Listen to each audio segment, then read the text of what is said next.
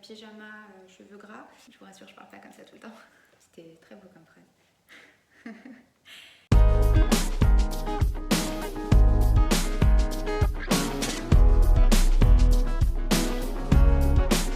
Mélissa, c'est une fille qui paraît réservée au premier abord, mais dès qu'on la connaît, c'est tout autre chose.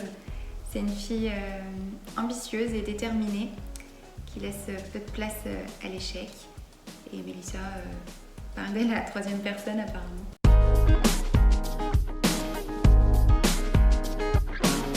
L'envie d'avoir ma boutique était présente depuis très longtemps, mais je pensais que ça resterait un peu du statut du rêve, par peur de l'échec. Et le déclic en fait a été le décès soudain de mon petit frère, il y a 1 an et demi. À ce moment-là, en fait, je me suis dit, peu importe ce que la vie me réserve, je ne vivrai jamais pire que ce que je vis. À partir de ce moment-là, en fait, à partir du moment où j'avais intégré ça, plus rien ne me semblait impossible. Peu importe les échecs, peu importe les épreuves, peu importe à quel point ce serait difficile, si je me relevais de ce drame, je pouvais me relever de tout en fait. Je me suis lancée. Héméra, dans la mythologie grecque, c'est une divinité qui incarne la lumière. C'est un peu en lien avec mon histoire finalement. Cette création d'entreprise, ce site, concrétisation en fait, c'était pour moi un peu la lumière au bout du tunnel. Voilà, vous noterez que c'est très spirituel et très philosophique. Je cherche des créateurs qui me ressemblent, des créateurs qui font ça par passion avant tout.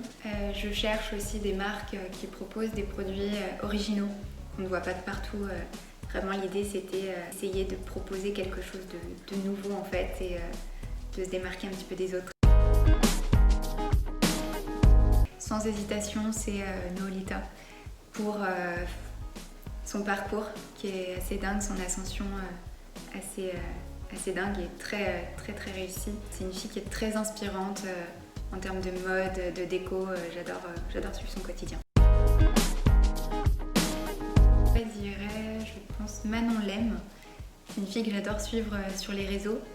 Elle dégage vraiment de la douceur, elle a une vraie beauté naturelle, elle est très inspirante et j'aime beaucoup aussi sa résilience. C'est une fille très forte, j'admire beaucoup. Quotidien Covid, je dirais pyjama, cheveux gras. Quotidien dans la vie d'avant, plutôt confortable. Une petite robe ample avec des baskets ou jean basket aussi. Voilà, sans chichi, mais vraiment confort.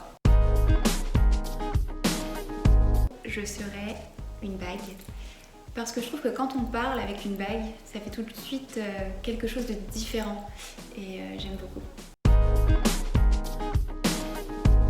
Je pense que j'en avais déjà un il y a 10 ans. Et je pense que dans 10 ans, j'en aurai toujours un. C'est un perfecto.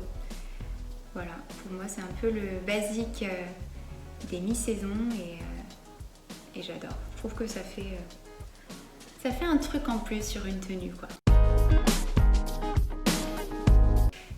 Oui, inspirante, innovante, visionnaire. Je pense que la mode française lui doit beaucoup. C'est continuer de vivre comme je l'entends et pas comme on l'attend. C'était très beau comme phrase. Ouais, c'est vraiment voilà, d'avoir déjà tiré un trait sur ma vie d'avant et avoir eu le courage de me lancer, de vivre pour moi, selon mes envies et surtout de continuer à le faire parce qu'un des projets a abouti, mais je pense que plus tard j'en aurai d'autres et j'entends bien continuer sur cette voie.